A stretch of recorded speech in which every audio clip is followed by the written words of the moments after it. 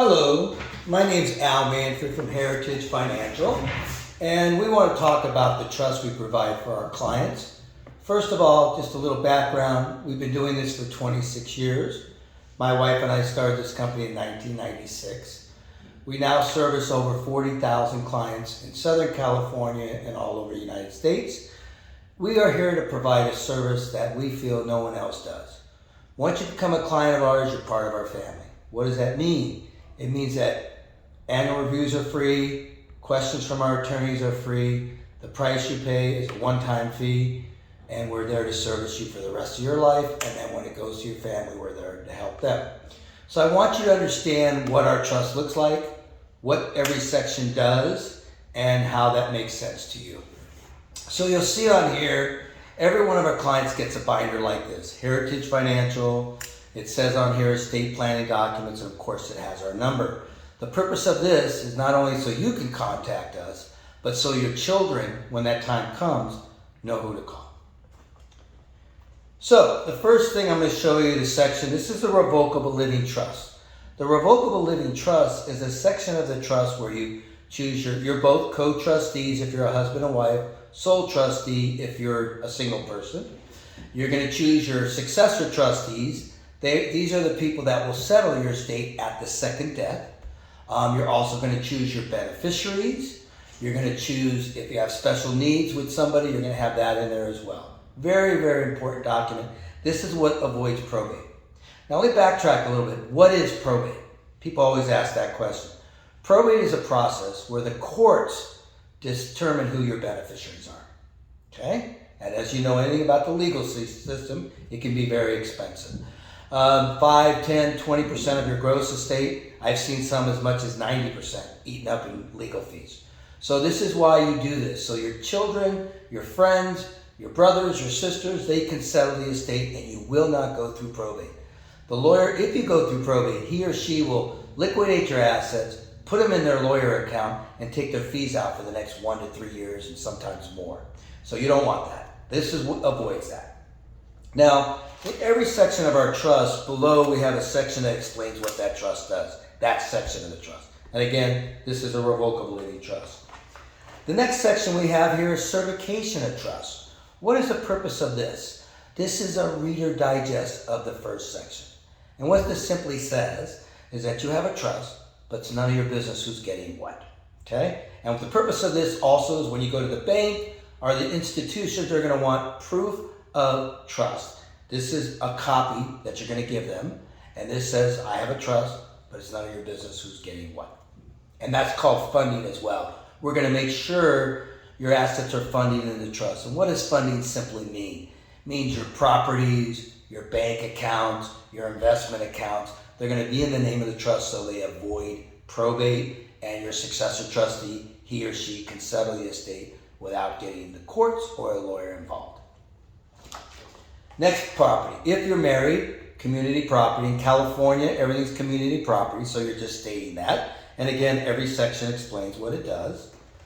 Last will and testament of poor will. This takes care of your furniture, your car, your TV, anything under about $150,000 will avoid probate if you have the poor will. And again, we still recommend you put those accounts in the name of the trust. But for tables and furniture and paintings, this will cover that. Next section, personal directive. Let's say you have a piece of jewelry or you have something that you want to go to a child, a grandchild, a friend. That's where you're going to list that. Car, tools, gold, silver, whatever it may be, jewelry, that kind of item. Next section, information survivors. This is not a legal document, but it's very valuable. And what does it state? It states that, again, we're all going to die. That's the facts. So this, when you do a death certificate, that's what this document's for. And in this document, it says who your mother's maiden name was, where you were born, all that stuff. Whoever has to do a death certificate on you, they're going to need that information. It also has a section in here that states all your friends, who to contact, your funeral arrangements, those kind of items. Very important. This is not a legal document, but I think it's a very valuable document. Plus, I love the section where it says friends to contact.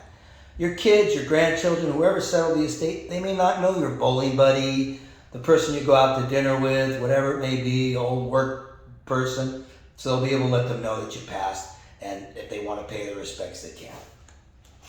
To me, the most important part of the trust, what to do when someone dies. Have your children call us, have your grandchildren call us, your husband, your wife. That's why we put our name on the front and our phone number, which is a toll-free number. We're here to service you. We're here to take care of your estate once you pass. And that's all part of your service, and we're here to help you. I feel so blessed to do this. I've been doing this now for 32 years. My wife and I, by the way, we're female-owned. My wife is the CEO. We have been doing this for 26 years. And like I said, we've helped over 40,000 people. And we're A+ rated by the Better Business Bureau. We pride ourselves on that. So we're here to help you and your estate when that time comes for your children to settle your estate. Now, those are all the documents when you die. We're all going to die, ladies and gentlemen. That's part of life. That's why you're doing this. You hope for the best, but you plan for the worst, right? So these are living documents, power of attorney. The reason it's a green tab, this is for your money, okay? So this is basically your financial power of attorney.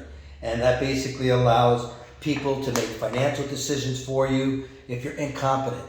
Alzheimer's, stroke, coma, something like that where you can't sign anymore, whatever.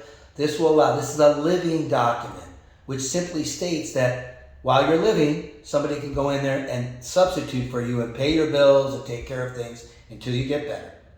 If you die, obviously, then the successor trustee goes into the picture. Next section, very valuable, and everybody knows about it, healthcare. You know, obviously, this virus has been horrible for all of us in the last 2 years, but it's definitely made people realize they need to have these documents. This is your healthcare directive. This also has your DNR, do not resuscitate. You're going to choose if you don't want to be prolonged, if you're brain dead, riddled with cancer, so forth. This takes all the guilt out of it. You could have 3 children. They could have 3 different opinions on what you want. This is gospel. This tells them what you want. This is your opinion. And there's one for the husband and wife. If you're married, you're a single person, there's just one. So that's a very important document. The next section is what we call HIPAA. In California, you need to have the HIPAA language. If you don't, a lot of hospitals will not accept it. Well, one other thing, our healthcare directive is generic. That means if you're on vacation in Iowa General will accept it. Where if you have a healthcare with Kaiser or Hoag or Scripps, Kaiser's only going to accept Kaiser. Hoag is only going to accept Hoag, and so forth and so on. This is generic. It will work in any hospital in the United States and Commonwealth, like Puerto Rico and so forth. Now, next section, planning for catastrophic. Now, this is very important. You go to the hospital, and if you don't have this document, okay, do you remember when you went to the hospital and the first thing they asked is for your social security number? There's a reason, because they're doing an asset search on you to see if they can get paid. So this document states that if you have a $300,000 bill and while you're sitting in the hospital, they can't take your house.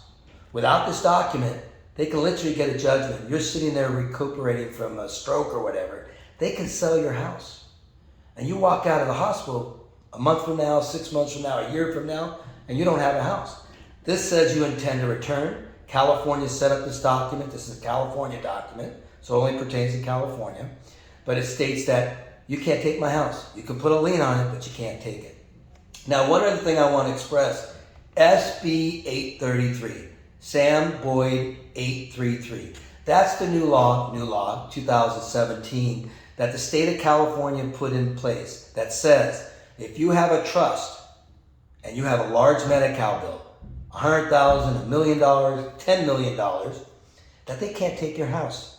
As a matter of fact, when you die, they can't even claw back, meaning get the fees that they paid, medical fees, that it goes to your children, and they circumvent the system. Very valuable document.